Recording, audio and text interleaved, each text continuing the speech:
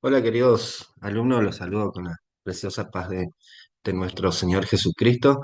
Les voy a estar invitando a que estemos orando un momento, ya que tenemos ahí por delante el primer trabajo que tenemos en esta clase y para pedir la bendición del Señor sobre la vida de cada uno. Vamos a orar, chicos. Señor, te doy gracias en primer lugar por esta nueva oportunidad que tú nos concedes de seguir aprendiendo de tu palabra, Señor, de seguir descubriendo de esta maravillosa literatura que tú nos has dejado para conocerte mejor, para acercarnos más a ti, Señor.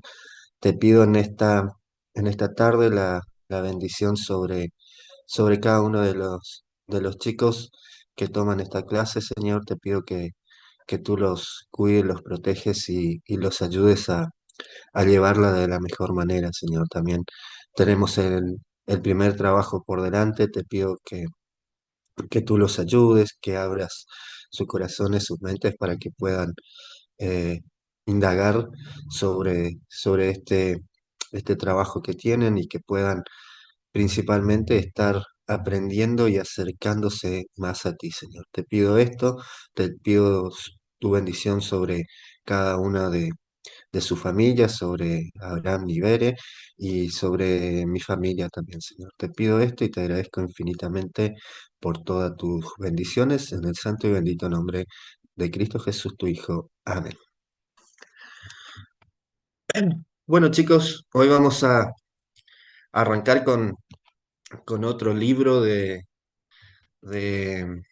de los libros históricos y, y el libro que vamos a analizar hoy es el libro de Ruth.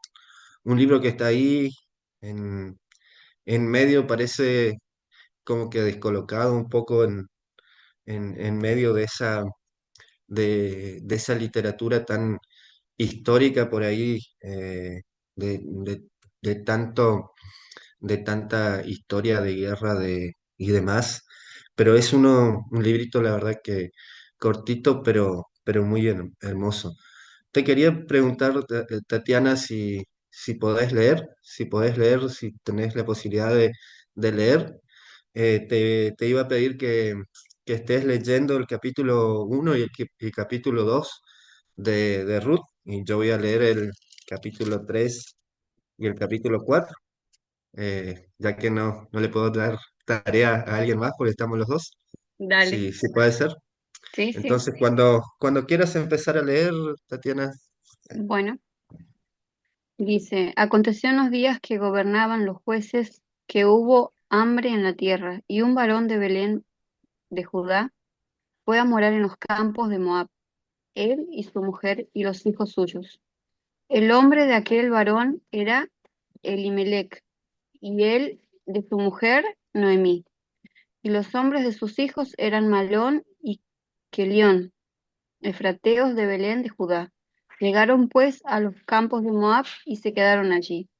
Él- y murió Elimelec, marido de Noemí, y quedó ella con sus dos hijos, los cuales tomaron para sí mujeres moabitas. El nombre de una era Orfa y el nombre de la otra era Ruth, y habitaron allí juntos 10 años. Murieron también los dos, Malón y Kelión, quedando así la mujer desamparada de sus dos hijos y de su marido. Entonces se levantó con sus nueras y regresó de los campos de Moab, porque oyó en el campo de Moab que Jehová había visitado a su pueblo para darles pan. Salió pues del lugar donde había estado y con ella sus dos nueras y comenzaron a caminar para volverse a la tierra de Judá. Y Noemí dijo a sus dos nueras, andad, volveos cada uno a la casa de su madre. Jehová haga con vosotras misericordia como la habéis hecho con los muertos y conmigo. Os conceda Jehová que halléis descanso, cada una en casa de su marido. Luego las besó y ellas alzaron su voz y lloraron. Y le dijeron, ciertamente nosotras iremos contigo a tu pueblo. Y Noemí respondió, volveos, hijas mías, ¿para qué habéis de ir conmigo? ¿Tengo yo más hijos en el vientre que pueda ser vuestros maridos? Volveos, hijas mías, he ido, he idos, porque yo ya soy vieja para tener marido, y aunque dijese, esperanza tengo, y esta noche estuviese con marido, y aún diese a luz hijos, ¿habías vosotras de esperarlos hasta que fueran grandes? ¿Habías de quedaros sin casa por amor a ellos? No, hijas mías, que mayor amargura tengo yo que vosotras, pues la mano de Jehová ha salido contra mí. Y ellas alzaron otra vez su voz y lloraron, y Orfa besó a su suegra, mas Ruth se quedó con ella. Y Noemí dijo, he aquí, tu cuñada se ha vuelto a su pueblo y a sus dioses, vuélvete tú tras ellas. Respondió Ruth, no me ruegues que te deje y me aparte de ti, porque a donde quiera que tú fueres, iré yo, y donde quiera que tú vivieres, viviré. Tu pueblo será mi pueblo y tu Dios mi Dios. Donde tú murieres, moriré yo, y allí seré sepultada. Así me haga Jehová, y aún me añada que solo la muerte hará separación entre nosotras dos. Y viendo Noemí que estaba tan resuelta a ir con ella, no dijo más. Anduvieron pues ellas dos hasta que llegaron a Belén. Y aconteció que habiendo entrado a Belén, toda la ciudad se conmovió por causa de ellas, y decían, ¿no es esta Noemí? Y ella les respondía, no me llaméis Noemí, sino llamadme Mara, porque en grande amargura me ha puesto el Todopoderoso. Yo me fui llena, pero Jehová me ha vuelto con las manos vacías. ¿Por qué me habéis llamado, por qué llamaréis Noemí? Ya que Jehová ha dado testimonio contra mí y el Todopoderoso me ha afligido. Así volvió Noemí y Ruth, la moabita, su nuera, con ella. Volvió de los campos de Moab y llegaron a Belén al comienzo de la siega de la cebada. Capítulo 2. Ruth recoge espigas en el campo de Booz. Tenía Noemí un pariente de su marido, hombre rico de la familia de Elimelech, el cual se llamaba Booz. Y Ruth la moabita dijo a Noemí, te ruego que me dejes ir al campo y recogeré espigas en pos de aquel a cuyos ojos hallaré gracia. Y ella le respondió, ve, hija mía. Fue pues, y llegando, espigó en el campo en pos de los segadores, y aconteció que aquella parte del campo era de Booz, el cual era de la familia de Elimelech. Y he aquí que Booz vino de Belén y dijo a los segadores, Jehová sea con vosotros. Y ellos respondieron, Jehová te bendiga. Y Booz dijo a su criado, mayordomo de los segadores, ¿de quién es esta joven? Y el criado mayordomo de los segadores respondió y dijo, es la joven moabita que volvió con Noemí de los campos de Moab. Y ha dicho, te ruego que me dejes recoger y juntar tras los segadores entre las villas. Entró pues y está desde la mañana hasta ahora, sin descansar ni aún por un momento. Entonces vos dijo a Ruth, oye, hija mía, no vayas a espigar a otro campo, ni pases de aquí, y aquí estarás junto a mis criadas. Mirad bien el campo que siguen y siéguelas, porque yo he mandado a los criados que no te molesten. Y cuando tengas sed, ve a las vasijas y bebe del agua que sacan los criados. Ella entonces, bajando su rostro, se inclinó a tierra y le dijo, ¿por qué he hallado gracia en tus ojos para que me conozcas, para que me reconozcas siendo yo extranjera? Y respondiendo vos, le dijo, he sabido todo lo que has hecho con tu suegra después de la muerte de tu marido, y que dejando a tu padre y a tu madre y la tierra donde naciste, has venido a un pueblo que no conociste antes. Jehová recompense tu obra y tu remuneración sea cumplida de parte de Jehová, Dios de Israel, bajo cuyas alas has venido a refugiarte. Y ella dijo, Señor mío, ¿hallé yo gracia delante de tus ojos? ¿Por qué me has consolado y por qué me has hablado al corazón de tu sierva, aunque yo, no soy ni como una de tus criadas? Y vos le dijo ahora, a la hora de comer, ven aquí y come del pan, y moja tu bocado en el vinagre, y ella se sentó junto a los segadores, y él le dio del potaje y comió hasta que se sació, y le sobró. Luego se levantó para espigar y vos mandó a sus criados diciendo, que recoja también espigas entre las gavillas, y no la avergoncéis. Y dejaréis también caer para ella algo de los manojos, y lo dejaréis para que lo recoja, y no le reprendáis. Espigo pues en el campo hasta la noche, espigó pues en el campo hasta la noche, y desgranó lo que había recogido, y fue como un efa de cebada. Y lo tomó y se fue a la ciudad, y su suegra vio lo que había recogido, sacó también luego lo que había sobrado después de haber quedado saciada, y se lo dio. Y le dijo su suegra, ¿dónde has espigado hoy? ¿Y dónde has trabajado? Bendito sea el que te ha reconocido. Y contó ella a su suegra con quien había trabajado y dijo, el hombre del varón con quien hoy he tratado es vos. Y dijo Noemí a su nuera, sea él bendito de Jehová, pues que no ha rehusado a los vivos la benevolencia que tuvo para con los que han muerto. Después le dijo a Noemí, nuestro pariente es aquel varón, y uno de los que pueden redimirnos. Y Ruth la moabita dijo, además de esto me ha dicho, júntate con mis criadas hasta que haya acabado toda mi siega. Y Noemí respondió a Ruth su nuera, mejor es, hija mía, que salgas con sus criadas y que no te encuentren en otro campo. Estuvo pues junto con las criadas de Booz, espigando hasta que se acabó la siega de la cebada y del trigo, y vivía con su suegra. Muchas gracias, Tatiana. Sigue diciendo el... Perdón, justo me llamaron por teléfono. Sigue diciendo el capítulo 3. Después Noemí, la suegra de Ruth, le dijo, hija mía, es mi obligación buscarte un hogar para que puedas ser feliz.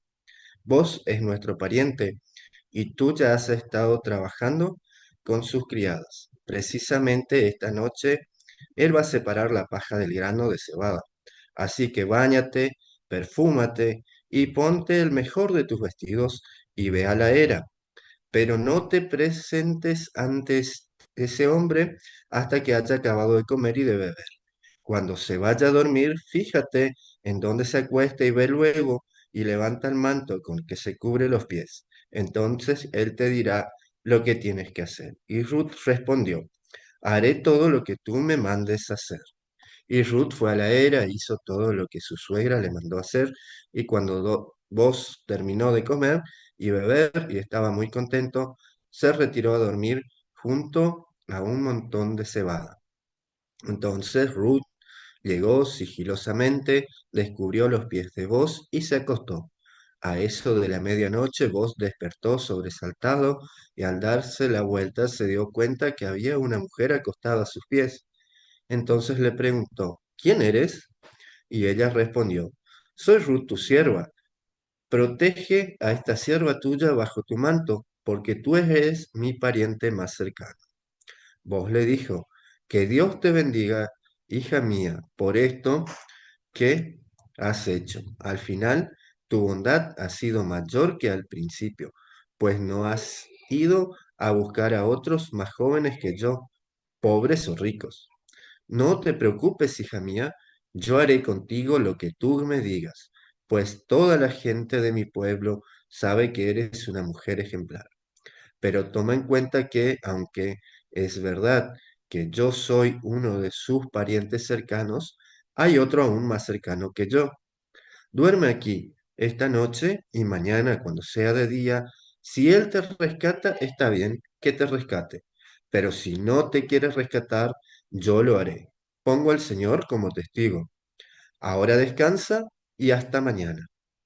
Ruth durmió a los pies de Boz, pero al amanecer se levantó antes de que pudieran reconocer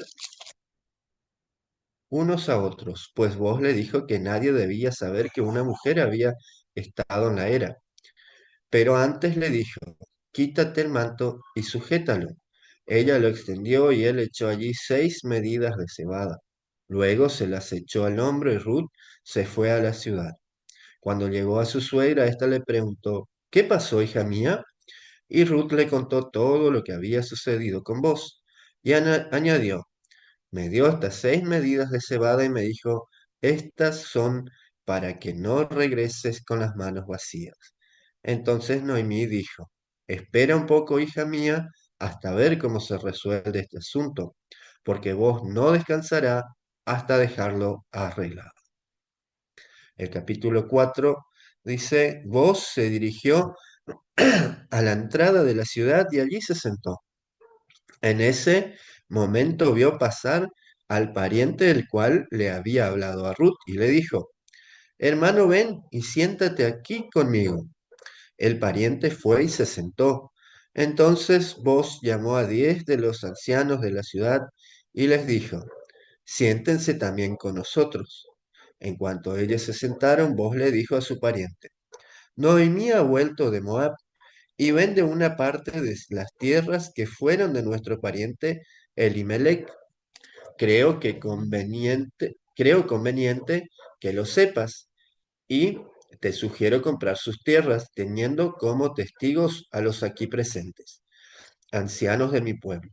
Si quieres comprar, compra. Si no quieres comprar, dímelo, pues tengo que saberlo. Y es que nadie más puede comprar sino solo tú y después de ti yo. Y el pariente respondió, está bien, compro el terreno. Entonces añadió vos, al comprar las tierras de Noemí, debes también tomar por mujer a Ruth, la moabita, que fue mujer del difunto, para que la posesión siga a nombre de su esposo muerto. Entonces el pariente respondió, si es así, no puedo comprar las tierras, porque no quiero poner en riesgo mi heredad. Compra tú, te cedo mis derechos. Desde hacía mucho tiempo había una costumbre en Israel que en una compra por rescate, una de las partes se quitaba su sandalia y se la daba al otro. Con este acto se confirmaba el trato ante todo Israel. Así que el pariente se quitó el zapato y le dijo a vos, toma tu posesión de las tierras. Entonces vos le dijo a los ancianos y a todo el pueblo, ustedes son testigos de que hoy le compro a Noemí todo lo que fue de su esposo Elimelech y de sus hijos Kelión y Mahlón.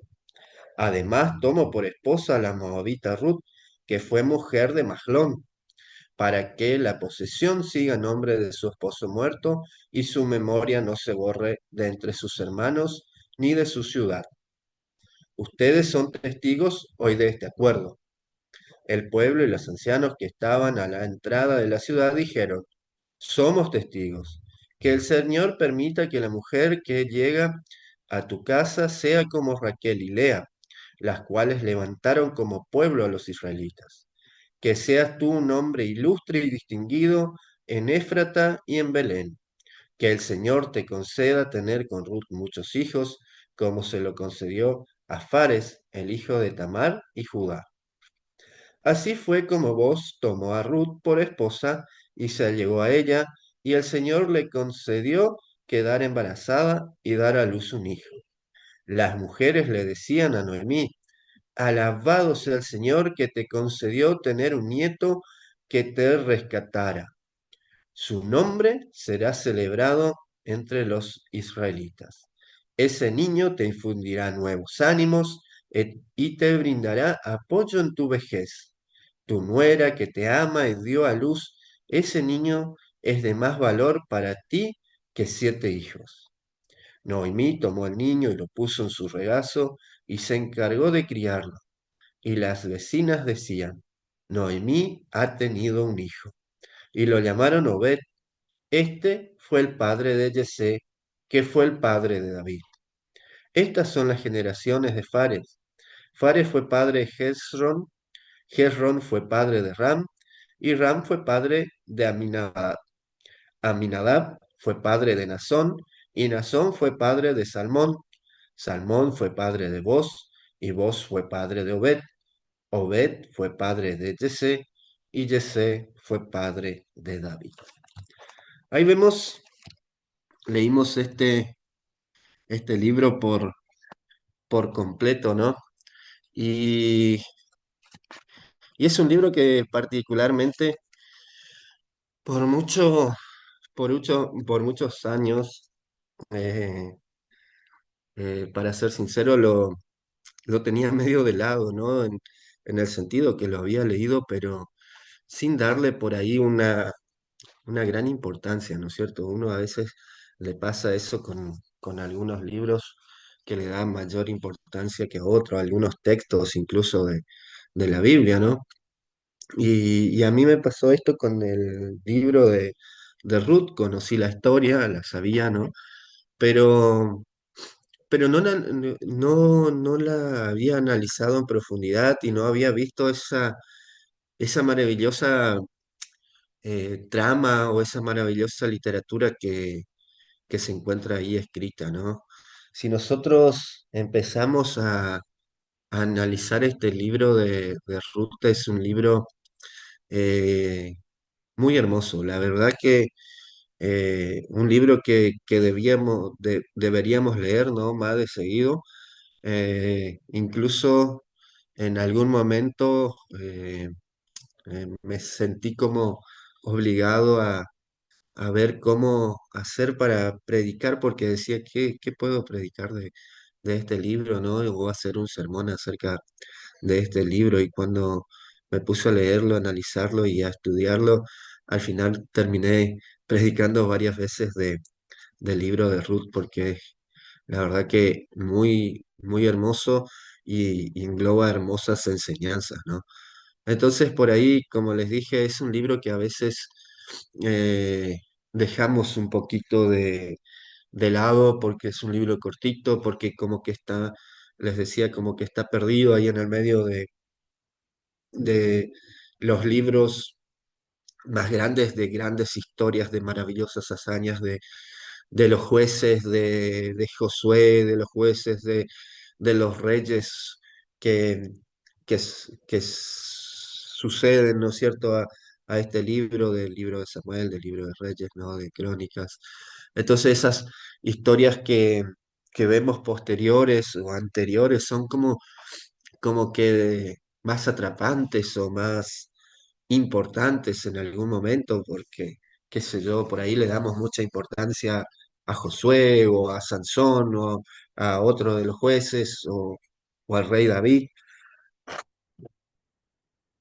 o al rey Saúl también, ¿no es cierto? Con sus historias, sus malas decisiones, pero como que tenemos más para sacar de los otros libros, ¿no? Que de este libro chiquito que está, como les dije, como que ahí metido y perdido entre esos otros grandes libros, ¿no?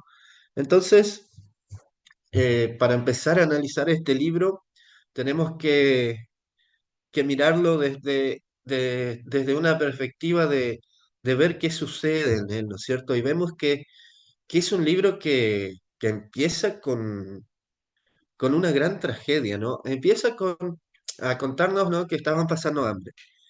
Como que todo empieza a ir mal, ¿no es cierto? Como que a veces, por eso digo que a veces podemos hasta incluso compararlo a nuestra vida, a nuestra, a las cosas que nos pasan a nosotros, ¿no es cierto?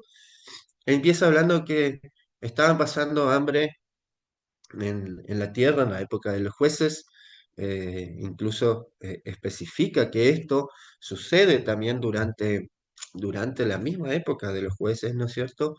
Y estaban pasando hambre, como vimos en alguna de esas historias de jueces que analizamos, incluso la historia de Gedeón, ¿no? Que tenían que a escondidas hacer sus cosechas y llevarlas y esconderlas en las cuevas y porque venían sus enemigos y les robaban, ¿no es cierto?, la comida. Entonces vemos que era una época muy difícil para el pueblo, ¿no es cierto? Una época donde estaban siendo asediados, como habíamos visto en jueces, pero ahí como nos dice en este pasaje, una época en la que también estaban pasando hambre, ¿no?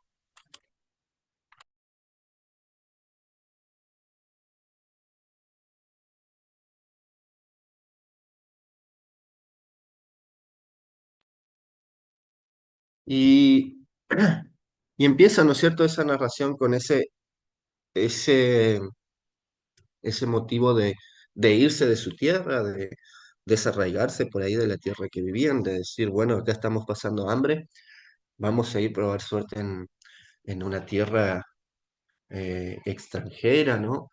Eh, Vamos a ver qué es lo que pasa ahí, ¿no?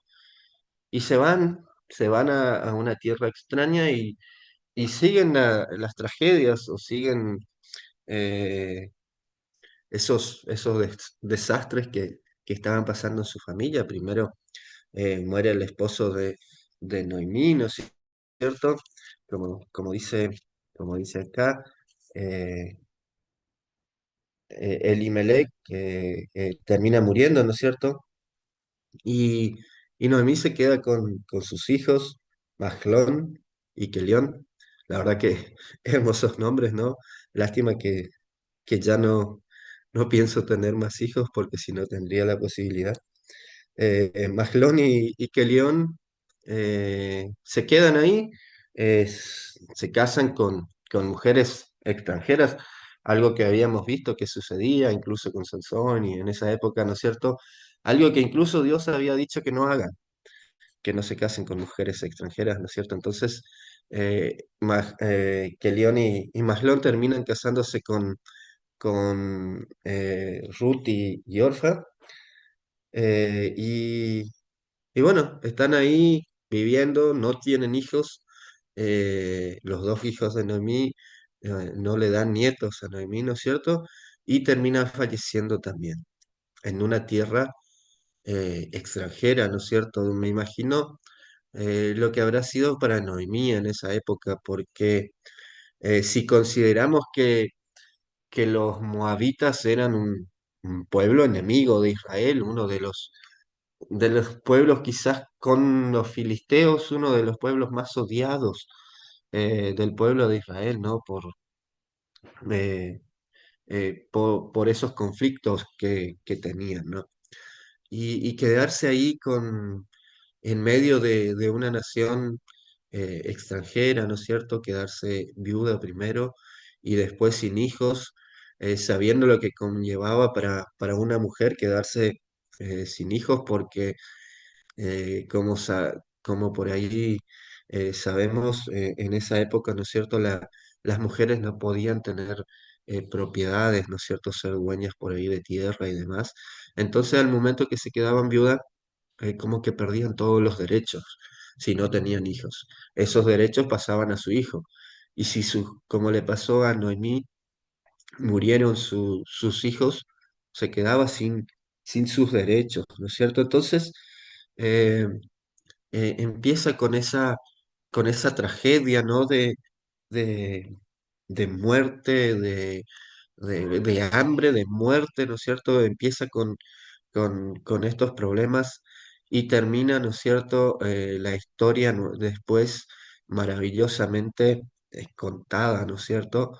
En vida, ¿no? Empieza con muerte, con la muerte del esposo de Noemí, la muerte de sus hijos, y termina con esa imagen que me, que me, que siempre pongo en mi cabeza, ¿no? De una abuelita, me imagino a mi abuelita conmigo sentado en el regazo cuando era chiquito, ¿no es cierto? Entonces veo a esta Noemí, ¿no es cierto? Con el niño en su regazo y con Obed ahí en su regazo, ¿no? Y disfrutando esa vuelta que le dio la vida, ¿no es cierto? Pasar de muerte a vida, pasar de desgracia, de infelicidad, a pasar a momentos de tanta felicidad, ¿no es cierto? Entonces, es una historia, ¿no? Muy hermosa de leerla y de verla en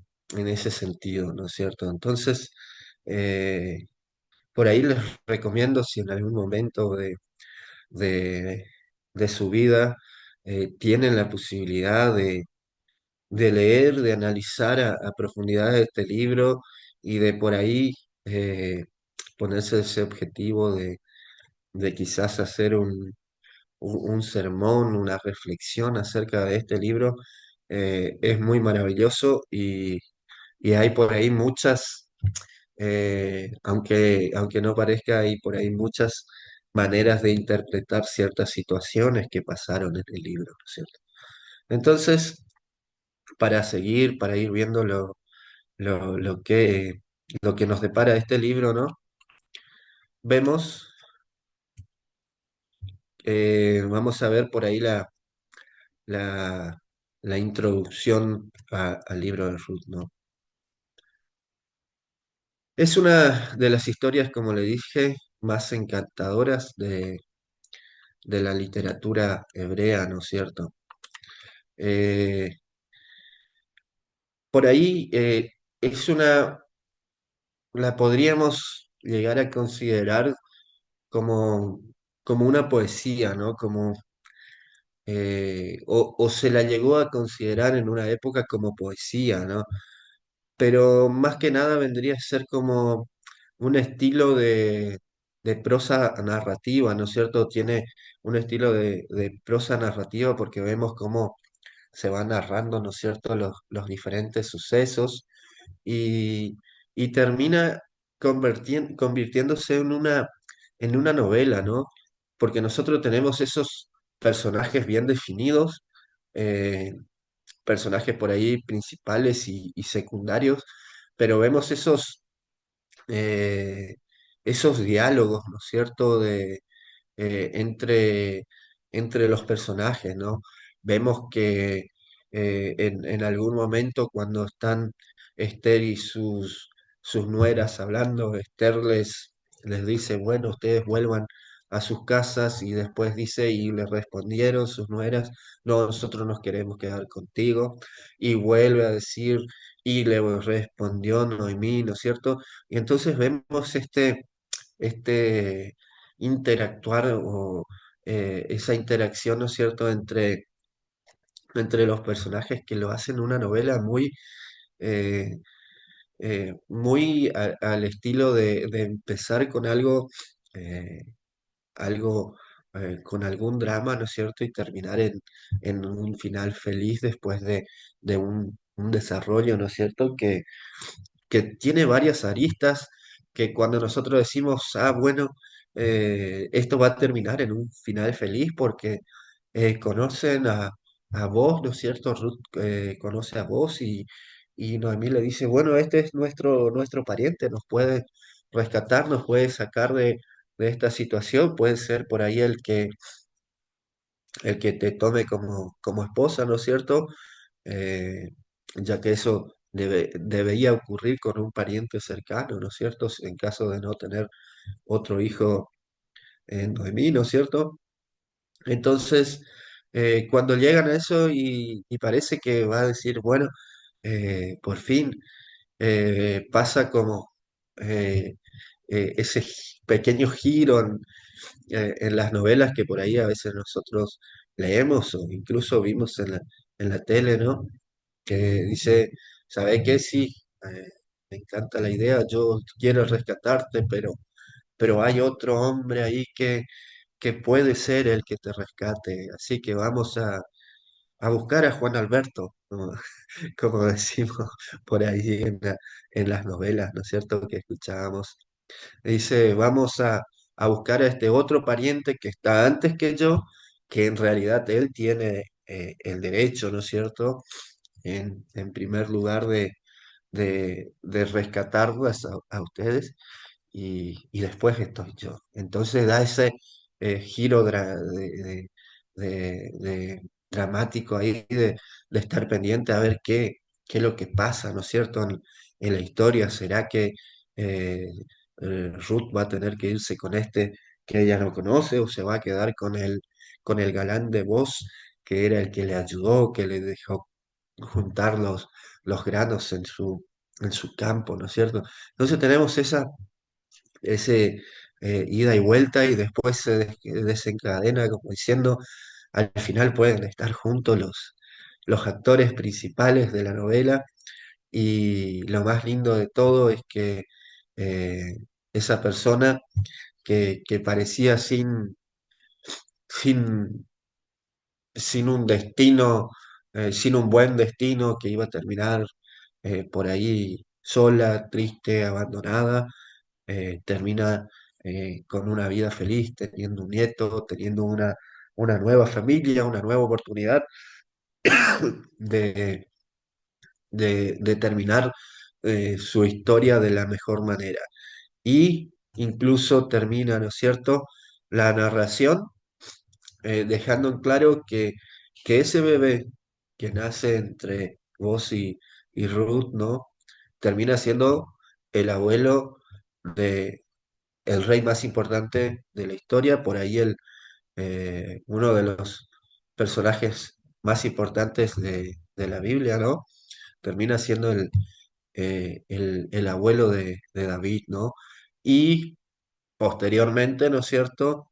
Eh, Termina siendo uno de los antepasados de nuestro Señor Jesús, ¿no? Entonces, vemos lo maravilloso de esta historia, de esa novela que tiene muchos elementos que interactúan ahí y mostrando esa historia principal, pero teniendo de fondo el actor más grande que hay, teniendo por ahí escondido ahí atrás del telón y manejando todos los hilos de los actores, vemos la mano de Dios, ¿no es cierto? La mano de Dios que en un principio...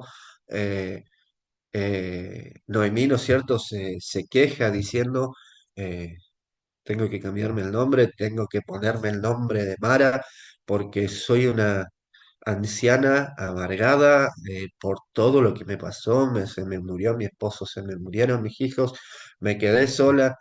Lo único más o menos que tengo es mi nuera acá, pero las dos estamos en el mundo como largadas a nuestra suerte en este mundo.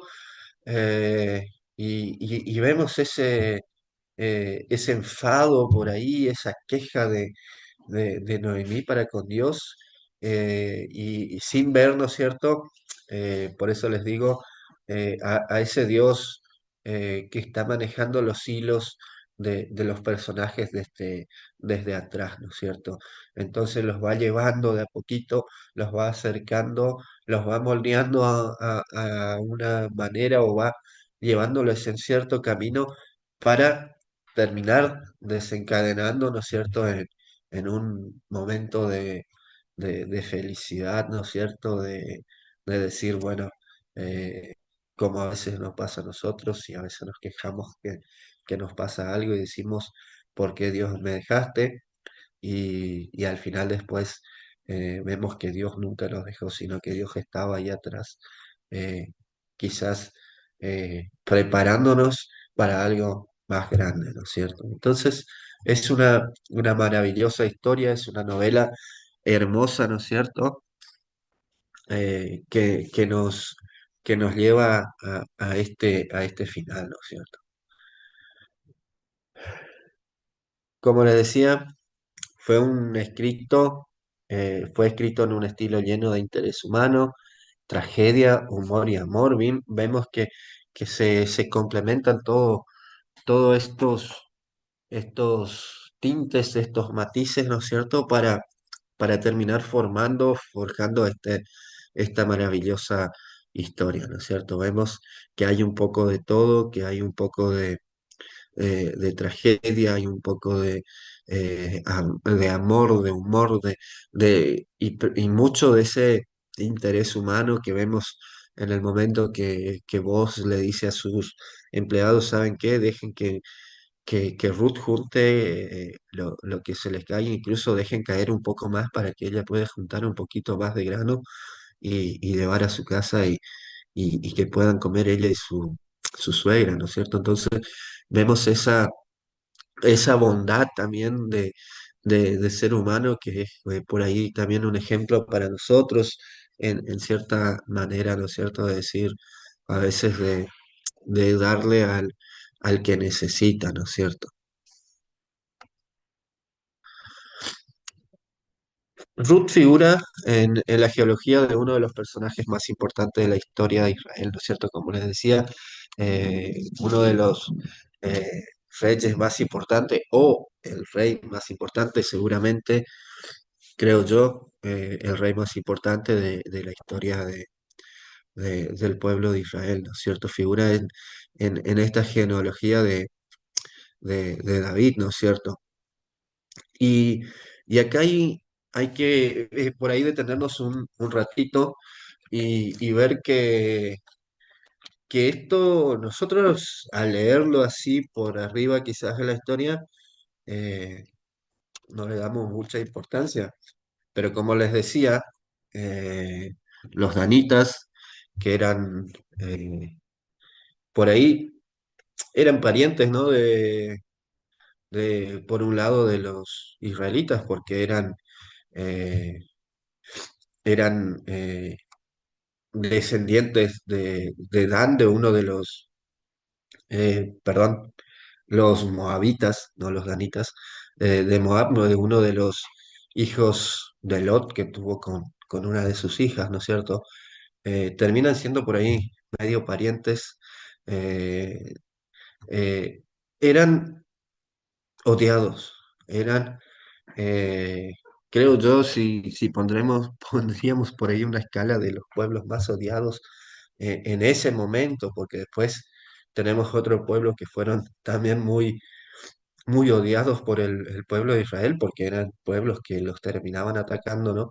Pero en ese momento quizás de la historia eran entre este pueblo, los moabitas y, y los, y los filisteos, ¿no es cierto? Eran un pueblo muy odiado. Entonces, termina siendo como un problema eh, tener en, en la descendencia del rey, eh, o en los antepasados, mejor dicho, del rey, en la geología del rey, tener una enemiga. Era como hoy por hoy vemos los conflictos entre Irán e Israel, ¿no es cierto? De decir, bueno, el nuevo presidente de Israel es nieto del, del ex presidente de Irán, ¿no es cierto? Sería algo muy lógico porque son, la verdad, países que no se quieren por ser buenos en usar una palabra, ¿no? Entonces, ese odio, esas ganas de que eh, no, ni siquiera verse, ¿no es cierto? Genera ese conflicto en saber que esta mujer eh, termina siendo la abuela o la bisabuela del rey David. Incluso termina siendo eh, parte de la genealogía de nuestro Señor Jesús, así como otra mujer extranjera que habíamos visto, ¿no es cierto? En la antigüedad, ¿no es cierto? Que era esta eh, mujer extranjera y prostituta, ¿no es cierto?, de Jericó, que termina también siendo o estando o figurando en la genealogía de Jesús, ¿no es cierto? Entonces, eh, hay ese problema de, de aceptación por ahí desde el lado del pueblo, pero termina siendo uno de esta historia o este libro de Ruth, uno de los libros que se usaban en las fiestas de los judíos, ¿no es cierto? Así que era como un libro muy usado o muy gustado incluso dentro del pueblo. El Nuevo Testamento, ¿no es cierto?, habla de Ruth como un personaje histórico y lo vemos en Mateo 1:5. Vamos a buscar Mateo 1:5 y vamos a ver ahí lo que les decía en ese mismo pasaje. Encontramos a las dos mujeres extranjeras por ahí que, eh, que figuran, ¿no es cierto?, en esa genealogía eh, de Jesús, ¿no? Y dice el verso 5: Salmón engendró con Rahab. Vemos que Rahab era la prostituta, ¿no es cierto?, que habíamos estudiado Josué engendró con Rahab a Boz, Boz engendró con Ruth a Obed y Obed a Yesé. Y después sigue diciendo, Yesé engendró al rey David.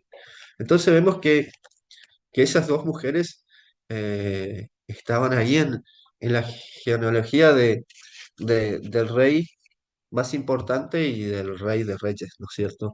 Entonces vemos qué importancia que terminan teniendo estas dos figuras mujeres, ¿no? Eh, eh, tienen tanta importancia en el caso de Ruth que hasta incluso, ¿no es cierto?, este libro termina llevando su nombre, ¿no es cierto? Entonces, eh, era como, eh, este personaje era como un decir de que Dios también se abría hacia esos pueblos, ¿no es cierto? Que Dios también le daba oportunidad de ingresar a la salvación a esos pueblos, ¿no? Un aspecto interesante es que Ruth es uno de los dos libros de la Biblia que reciben su título de su protagonista femenina. Y ahí vemos eso, ¿no es cierto? El otro libro también es un libro que lo vamos a ver, o mejor dicho, que va a ser su trabajo final, el otro libro que lleva el nombre de una mujer, que es el libro de Esther, ¿no es cierto?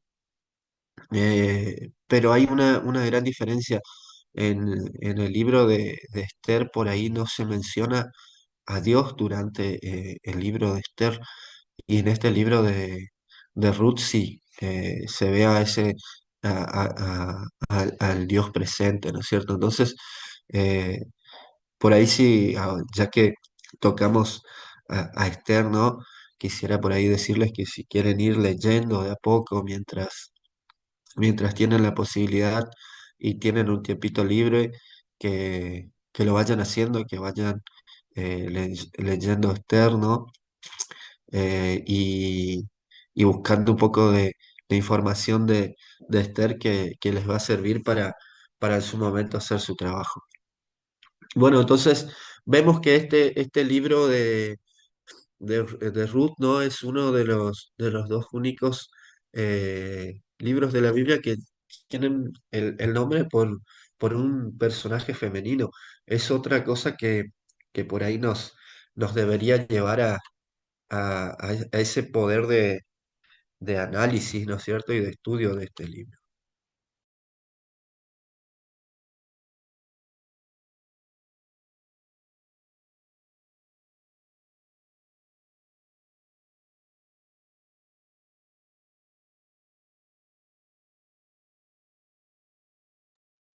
Disculpen por ahí si corto cada ratito un poco la, la clase, pero ando con un poco de resfrío y ando estornudando un poco y no quiero que salga la grabación. Entonces, vimos estos aspectos introductorios muy bonitos del libro de Ruth, ¿no es cierto? Y, y, y ese análisis de ese librito tan cortito, pero que por ahí a veces no puede traer tan buenas enseñanzas, ¿no? Autor y fecha. Bueno, acá hay algo que, que por ahí se nos va a complicar, ¿no es cierto?, para saber el autor. Como dice la diapositiva, ¿no es cierto? Se desconoce el autor, pero es posible que fuera escrito en una época posterior a la coronación de David, pues al final del libro se encuentra su genealogía. Entonces, vemos esto, eh, eh, no hay un posible autor en específico, incluso algunos estudiosos o algunos eruditos creen que pudo haber sido Samuel, ¿no es cierto?, que lo haya escrito, pero no tenemos un en específico no podemos decir, bueno, fue escrito por, por tal o cual persona, ¿no es cierto? Tenemos que tener en cuenta que por ahí que es algo que ustedes ya lo vieron en algunas otras clases, ¿no? En algunas otras materias, es que en esa época, ¿no? Eh, se pasaba mucho por la tradición oral y después, bueno, como que había un primer bosquejo del libro que después se iban como arreglando cosas hasta que venía una persona o ciertos escritores o escribas, ¿no? Y decían, bueno, acá ya está, tenemos que dejar esto como está y bueno, terminaban la escritura del libro, ¿no es cierto? Pero no podemos decir en sí eh, quién fue realmente el, el autor, ¿no? de este libro de Ruth. Lo que sí podemos poner más o menos un rango de fecha, tampoco podemos decir en específico en qué fecha fue escrito. Sabemos, ¿no? que es posterior a Jueces, porque en el libro, ¿no? Inicia incluso diciendo, en los días que los jueces gobernaban Israel, hubo mucha hambre, ¿no? Es la primera frase del libro. Eh, Como que está diciendo que esta historia pasa en la época de los jueces, ¿no? Pero al final del libro está, como le decía, la genealogía del rey David. Entonces, es muy probable que haya sido escrito ya en la época del, del rey David como una fecha temprana, ¿no es cierto?, de escritura que haya sido escrito en esa época, en la época del reinado de David, o incluso podemos extenderlo hasta una época más tardía, ¿no es cierto? En la época de Esdras, Nehemías, ¿no es cierto? En la época de restauración, en la época de que el pueblo vuelve del exilio en Babilonia, ¿no es cierto? Vuelve, reconstruye las murallas de la ciudad y reconstruye la ciudad, ¿no es cierto? Entonces, eh, puede ser que incluso hasta esa época. Entonces tenemos ese lapso de tiempo, ese periodo entre que termina siendo un periodo bastante largo desde el reinado de David, ¿no es cierto? Hasta, hasta la época de Esdras y Nehemías, ¿no es cierto? La época de la reconstrucción. Entonces, eh, nos quedaríamos con el autor o el posible autor pendiente, ¿no es cierto? Y una fecha exacta también pendiente, solo podríamos definir por ahí que podría haber sido escrito, ¿no es cierto?, en ese periodo de tiempo.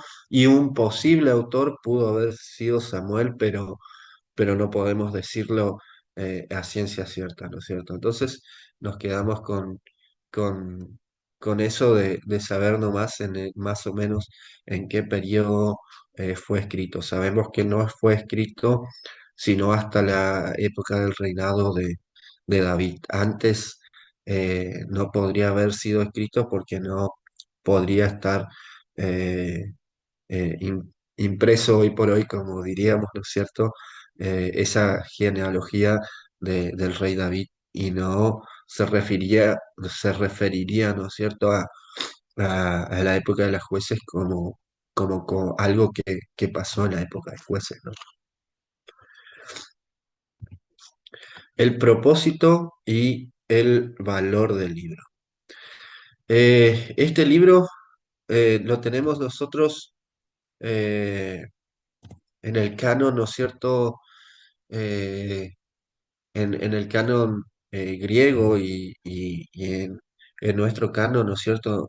En la ubicación esa de estar entre jueces y Samuel, hace como ese puentecito de saber qué es lo que pasaba en jueces, y ahí pasó esta historia y nos trae a la época de los reyes, ¿no es cierto? Es como que hace ese puente, esa unión entre el libro de Jueces y el libro de Samuel, ¿no es cierto? Entonces, eh, como les dije bien, en el canon griego apareció así, ¿no es cierto? O está especificado así. En el canon hebreo, ese libro no está ahí en el medio, ¿no es cierto? Vemos que en el canon hebreo vemos a estos libros, José de Jueces, como profetas anteriores, ¿no es cierto? Y después de ellos eh, están los profetas posteriores, ¿no? Pero en el canon hebreo entonces salteamos de Josué, Jueces y Samuel. Primera Samuel y segunda Samuel, ¿no es cierto?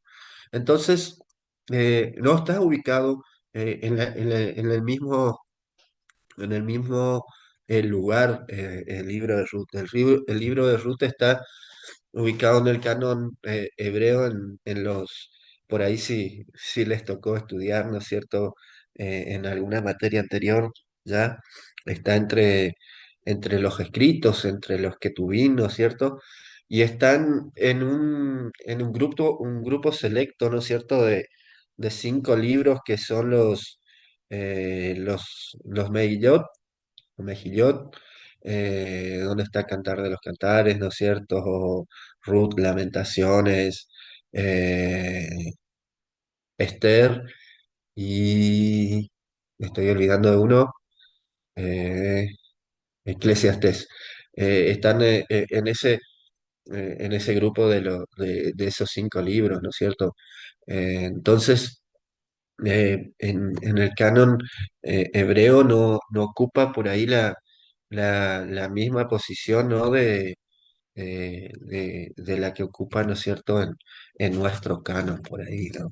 Entonces, eh, este librito, por así decirlo, ¿no es cierto?, podríamos llamarlo como librito, ¿no?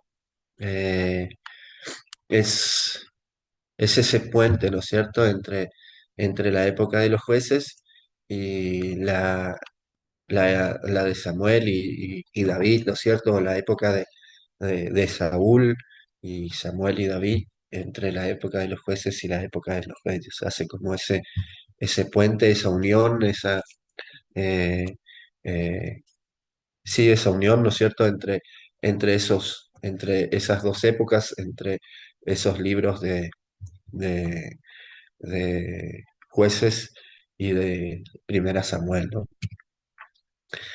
Presenta un cuadro sobre la vida de las personas piadosas en el periodo de grandes libertadores.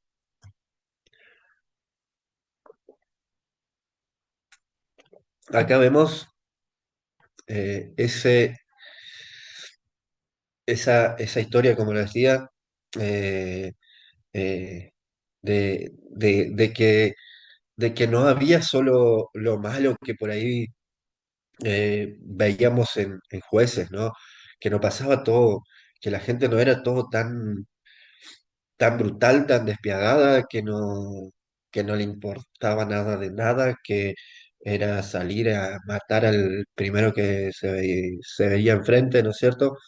Sino que también había en, en ese periodo de los jueces, como vemos, de los grandes libertadores, en ese periodo también había personas piadosas, había personas buenas, había personas que dejaban que una mujer extranjera junte el grano que se caía, ¿no es cierto?, de los sirvientes, que, que le permitía recoger, ¿no es cierto?, el grano en medio de sus campos, ¿no? Entonces, vemos que no era todo tan oscuro como por ahí habíamos visto en la época de jueces, ¿no?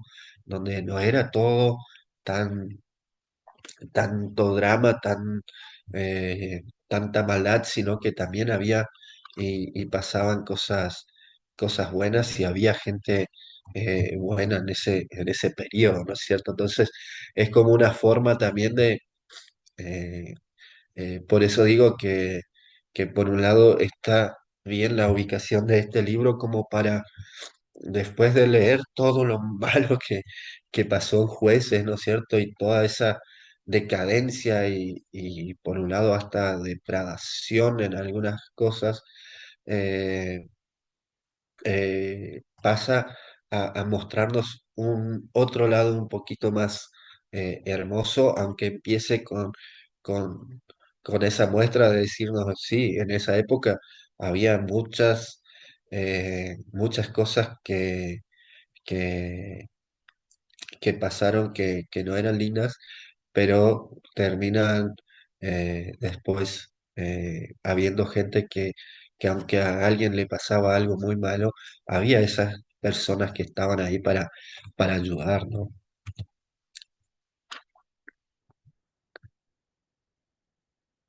Bueno, el primer punto que por ahí nos menciona, ¿no es cierto? O nos quiere mostrar este libro es demostrar que había bondad y fidelidad a Dios en Israel durante el periodo cruel y desenfrenado de los jueces. Un poco de lo que les decía, ¿no? Donde este periodo donde pasaba tanta crueldad, tanta muerte, eh, tanta invasión extranjera, tanta guerra incluso entre el pueblo, ¿no es cierto? Eh, Había bondad. Y estaba Dios ahí presente. Y había un Dios que, que incluso eh, era un Dios bueno con su pueblo, pero era un Dios bueno también y abierto también, podría decirse, a los pueblos extranjeros. Vemos en esta historia que Dios termina, ¿no es cierto?, recibiendo en su pueblo, ¿no es cierto?, a una mujer de un pueblo eh, enemigo. Como habíamos visto muchos jueces eh, que tenían prohibido, ¿no es cierto?, los hombres buscar mujeres enemigas porque estas mujeres terminaban llevando a los hombres por el mal camino y los acercaban a sus dioses. Eh, en este caso, vemos también que hay esa eh, espíritu evangelístico, por así decirlo, como hoy en día podríamos decirlo, ¿no es cierto? Eh, Donde las mujeres terminan siendo o allegándose o convirtiéndose, podríamos decir, ¿no? A Dios, ¿no es cierto? Gracias a a esa a terminar casándose, ¿no es cierto? Uniéndose a un hombre israelita, ¿no es cierto? Incluso vemos que esto muy plasmado, ¿no es cierto? En esos versos que nos leyó Tatiana, ¿no es cierto? Que son por ahí muy hermosos, ¿no? Y muchas veces lo atribuimos por ahí mucho a, a, a nuestra vida en pareja o a veces cuando le prometemos por ahí amor a a nuestra pareja, ¿no es cierto? Podemos usarla o podemos implementar estos versos que son el verso eh, 16 y son los versos 16 y 17 donde Ruth eh, menciona estas palabras tan hermosas que podrían ser quizás consideradas una de las mayores demostraciones de fe, ¿no es cierto?, de la Biblia, ¿no? Donde dice el verso 16 y 17, Ruth le responde a Noemí cuando Noemí le dijo, volvete a tu casa así como hizo tu cuñada Orfa. Y Ruth le dice, no me pidas que te deje y que me aparte de ti. A donde quiera que tú vayas, yo iré. Donde quiera que tú vivas, viviré. Tu pueblo será mi pueblo y tu Dios será mi Dios. donde tú mueras moriré, y allí quiero que me sepulten. Que el Señor me castigue, y más aún, si acaso llegue a dejarte sola. Solo la muerte nos podrá separar. Vemos que dice, tu pueblo será mi pueblo y tu Dios será mi Dios. Y que Dios me castigue si en algún momento yo me aparto, ¿no es cierto? Es lo que termina diciendo Ruth. Dice, termina haciendo esa declaración de decir, eh, no, yo no me voy a ir porque yo me considero una hija eh, del Dios de Israel, ¿no es cierto? Termino siendo una israelita por adopción, ¿no es cierto? Termino siendo una hija de Dios. Entonces vemos esa afirmación maravillosa donde Ruth menciona a Dios y dice, tu Dios será mi Dios. La verdad que a veces nosotros deberíamos decir lo que dice, ¿no? O lo que dijo Ruth, ¿no es cierto? De decir que eh, con con esa convicción de que ese Dios es realmente mi Dios, ese Dios todopoderoso, ese nuestro Dios es realmente mi Dios, ¿no?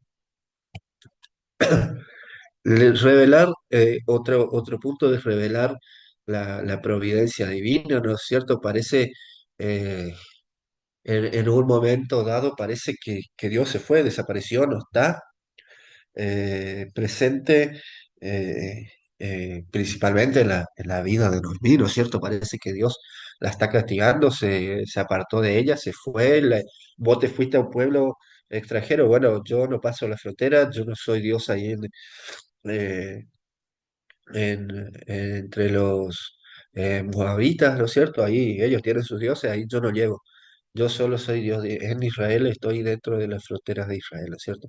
Parece eso, ¿no es cierto? Al principio, pero, pero al final vemos que el que soluciona o el que está trabajando para conseguirle una solución definitiva a todo lo que, a todos los, a todos los desastres o a todas las calamidades que le pudieron estar pasando, ¿no es cierto?, a Noemí, el que se le termina solucionando todo, ¿no es cierto?, termina siendo Dios, ¿no es cierto? Entonces, vemos que Dios está ahí proveyendo a veces cuando incluso nosotros ni nos estamos dando cuenta, ¿no? Proporcionar una lección misionera demostrando de que una manera, una mujer gentil se convirtió en una seguidora leal del verdadero Dios y cómo se incorporó al pueblo, ¿no es cierto? Eh, eh, Vemos acá un poco de lo que les comentaba recién, ¿no es cierto? Que Dios, ¿no es cierto?, le termina o Ruth termina acercándose a Dios, ¿no es cierto? Vemos cómo esa salvación de Dios que nosotros, incluso cuando leemos o pensamos en el Antiguo Testamento, la creemos pura y exclusivamente para los israelitas y nadie más, que nadie podría acceder a la salvación siendo un gentil, ¿no es cierto? Que Dios no perdonaba, que Dios no le daba oportunidades a esta gente, ¿no es cierto?, a los que no eran de Israel. Pero vemos acá que con estos dos ejemplos que vemos a, a- a la mujer de jueces y nuevamente, ¿no es cierto?, a- ahora a Esther, perdón, a Ruth en esta narrativa, ¿no es cierto? Vemos que Dios termina salvando a personas, ¿no? De naciones eh, extranjeras a Israel. Nosotros podemos analizarlo después también como un libro en un sentido muy similar se le planteó en algún momento una similitud a lo que fue o a lo que es el libro de Jonás, ¿no? Donde Jonás termina salvando o termina predicando y se termina volviendo a Dios la ciudad de Nínive, que era una ciudad extranjera, que era una ciudad enemiga del pueblo, que era una ciudad, un pueblo que terminaba atacando a los israelitas, ¿no es cierto? Entonces vemos esa eh, eh, mirada más de un Dios que no era, un Dios exclusivo que sí tenía al pueblo de Israel como pueblo elegido, pero no era un Dios que estaba dentro de los límites de la nación de Israel, que no salía afuera, sino que era un Dios que estaba para todos aquellos que lo buscaban, ¿no es cierto? Entonces tenemos esa mirada que podríamos aplicarla también a nuestra época actual de saber que Dios no está solo en la iglesia de Dios séptimo día, sino que es un Dios que, que está en todos lados, que abre la puerta a todo aquel que lo busque, ¿no es cierto? Nosotros a veces desde nuestras perspectivas cerramos la puerta diciendo, no, este es un pecador, no, este hizo aquello, no, aquel es una persona muy alejada de Dios y no nos damos cuenta que en ese momento también estamos pecando y que nosotros también fuimos, somos y seremos pecadores, ¿no es cierto? No somos eh, ovejitas limpias, ¿no es cierto? Que, que nunca cometimos ni un pecado y nunca lo vamos a cometer. Entonces, a veces nosotros juzgamos cuando realmente... o pensamos que Dios está juzgando a esas personas cuando realmente las que están juzgando somos nosotros, ¿no es cierto? Y como último punto, eh, este libro trata de mostrar de qué manera David descendió de una mujer gentil cuya fe, no su raza, fue la que le salvó, ¿no es cierto? Entonces, eh, como veníamos viendo que ella está en la genealogía eh, de David, ¿no es cierto? Como Esther está... eh, en entre los antepasados de David, no como una persona que tuvo ese privilegio de estar ahí en la genealogía de uno de los reyes más importantes y después del rey de reyes, como les dije, sino que no tuvo la posibilidad de estar ahí por su raza, sino por su fe, por esa fe que le permitió decir, ¿sabes qué? Noemí, yo no me voy a ir a ningún lado porque ese Dios que vos decís que es tu Dios y es mi Dios también, yo no me voy a ir a volver a mi pueblo con mis supuestos dioses, porque esos no son más mis dioses. Mi Dios, mi único, mi verdadero Dios, es este Dios que es el Dios tuyo, ¿no es cierto?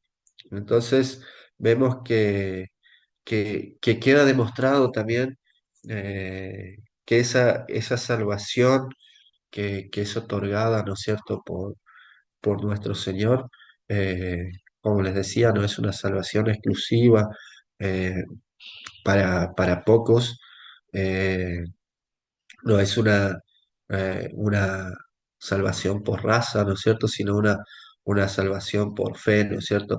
Incluso hoy en día vemos mucho de esto y lo vemos quizás hoy por hoy muy cercano a nuestra iglesia, de personas que creen en Jesús, ¿no es cierto?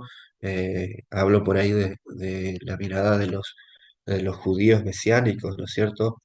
Que creen en Jesús, pero a su vez dicen que la única forma de obtener la salvación, ¿no es cierto? Es pertenecer, ¿no es cierto? Pertenecer al pueblo judío o de últimas, ¿no es cierto?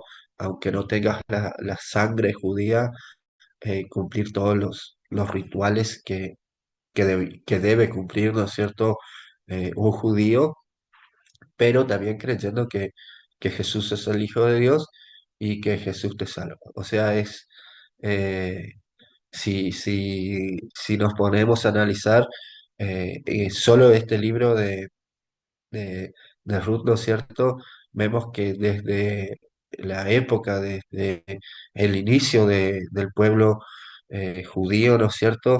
Es algo que, que no se daba, ¿no es cierto? Que es algo que no era obligatorio, sino que por fe, eh, por el solo hecho de aceptar a Jesús como Salvador hoy en día, ¿no es cierto? Con el solo hecho de aceptar a nuestro Dios como único Dios, éramos salvos o pertenecíamos a-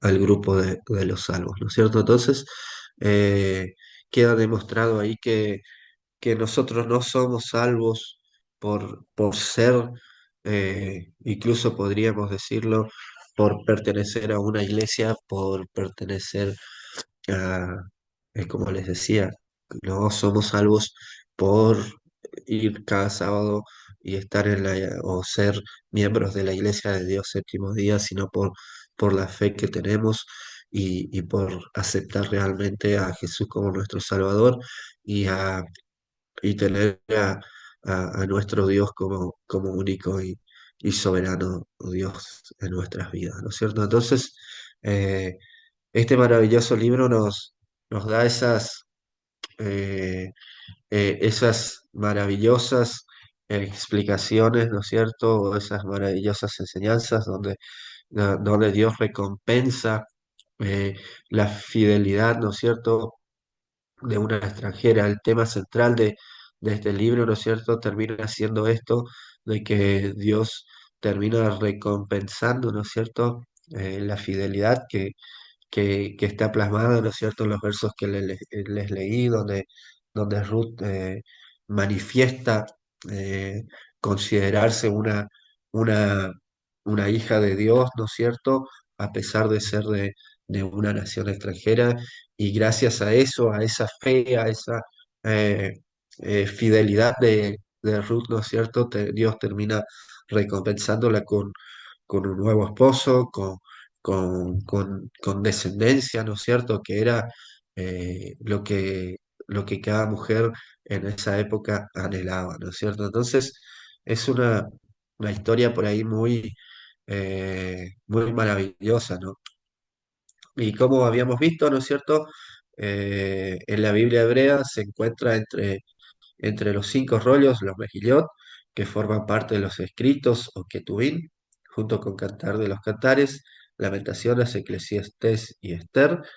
Ruth se usaba en la fiesta de Pentecostés, por eso les decía, eh, se usaba mucho en las fiestas, ¿no es cierto?, como un libro para leer. Entonces, en esta fiesta, principalmente la de Pentecostés, se leía el libro de Ruth, así que no era un libro meramente de complemento, por así decirlo, del canon o- o un libro, la verdad que estaba ahí medio y nadie le daba artículos, sino era un libro que se usaba al menos en cada una de las fiestas, ¿no es cierto?, de Pentecostés se leía.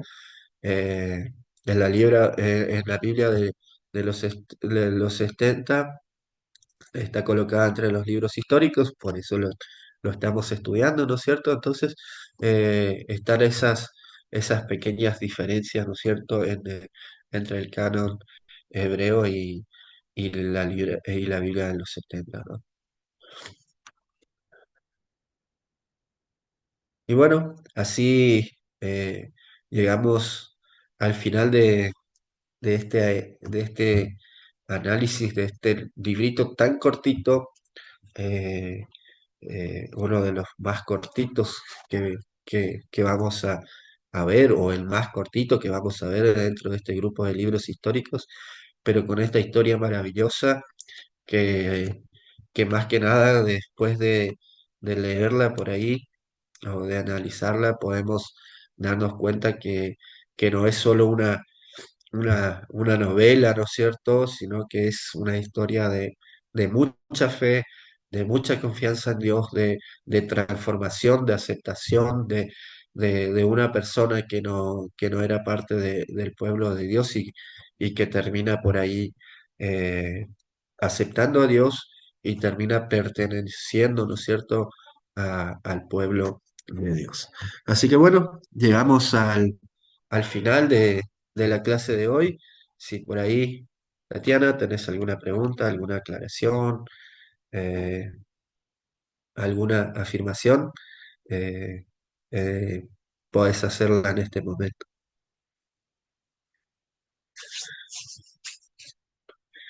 Sí, no solo comentar de que el libro de Ruth, por más que sea solo 4 capítulos, es un libro muy, muy profundo porque es conmovedora la historia de Ruth, de que que ella no pensó no se puso en primer lugar. Al quedar viuda, no se puso en primer lugar, decidió todavía seguir a la suegra y seguir todo lo de la suegra, porque en sí no era su mismo Dios ni nada, pero todo lo que no pensó en volver con sus padres, con su madre, no pensó en nada, pero sí pensó en su suegra, la puso a ella en primer lugar. Eso es profundo. En sí hay un gran mensaje ahí. Eso a mí Sí, me gusta, y lo que más me gusta del libro de Ruth. sí, la verdad que sí, porque por ahí lo más fácil para ella era, podía haberse ido con Orfa, volver a su nación, ¿no es cierto? Le iban a buscar un nuevo esposo sus padres y se terminaban todos los problemas de ella, ¿no es cierto?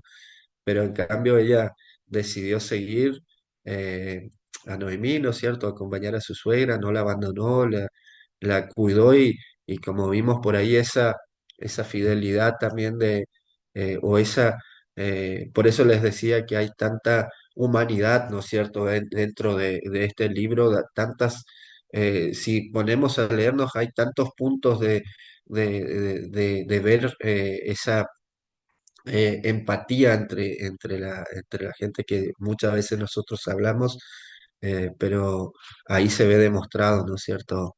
Eh, esas maneras de, de ayudar a los demás, ¿no? Así que bueno, eh, vamos llegando entonces al final de la clase. Les quiero decir que ya está en la plataforma por ahí las consignas para el primer trabajo, que es, como les había dicho, el, el sermón sobre el libro de jueces. Ahí tienen una listita de 5 jueces, le puse yo, porque el otro que era Otoniel es muy cortito también, entonces quisiera que ustedes por ahí se dediquen más a los otros 5 jueces principales, que eran Ahod, Débora y Barak, Gedeón, Sansón y se me está olvidando uno, eh, eh, Jefté. Entre esos 5 jueces, elijan a uno, el que ustedes quieran, el que más por ahí le atrae o el que más eh, les llama la atención o sobre el que quieran investigar y lean la historia completa de ese juez, que son un máximo 2 capítulos, algunos son más cortitos, otros más largos, pero lean la historia completa y después, bueno, busquen la información más o menos para interiorizarse en qué es lo que hizo el juez, eh, eh, en qué actuó, ¿no es cierto? Entonces, y después busquen del lapso de capítulos de ese juez, ¿no es cierto? Porque no van a hacer un sermón sobre 3 capítulos, no van a leer los 3 capítulos y hacer el sermón sobre eso, sino que busquen el párrafo, ¿no es cierto? Seleccionen un párrafo de una de los hechos de ese juez y en base a eso preparan un sermón expositivo, ¿no es cierto? Que es el sermón que por ahí eh, les enseñaron el año pasado en predicación. Así que bueno, siguiendo esos lineamientos, ¿no es cierto? Y en base a esos jueces van a estar haciendo su primer trabajo Y bueno, como les dije, después tendremos el trabajo final sobre el libro de Esther, que si quieren ir leyendo y si tienen algún tiempito van leyendo, ¿no es cierto?, el libro de Esther. Bueno, eh, vamos terminando. Cualquier cosita también está ahí en el sílabo, está mi teléfono, me mandan un WhatsApp, o está mi correo, me mandan un correo, eh, cuando quieran, por cualquier consulta, por cualquier eh, necesidad que tengan ahí, no solo por trabajo, sino por cualquier otro motivo, me pueden estar escribiendo y no tengo ningún problema de estar contestándole. Van a tener tiempo hasta el 20 de julio, así que hay bastante tiempo para hacerlo. Y bueno, espero que más que nada saquen ustedes ese provecho, ¿no es cierto?, de esa lectura y de ese análisis y hacer ese sermón, ¿no es cierto? Así que bueno, nos vemos entonces el lunes que viene. Espero que el Señor los bendiga un montón, que los cuide, que cuide a su familia y les mando un abrazo enorme. Así que, chau, chau. Chau, chau, gracias por la clase, nos vemos. Chau, Tatiana, nos vemos.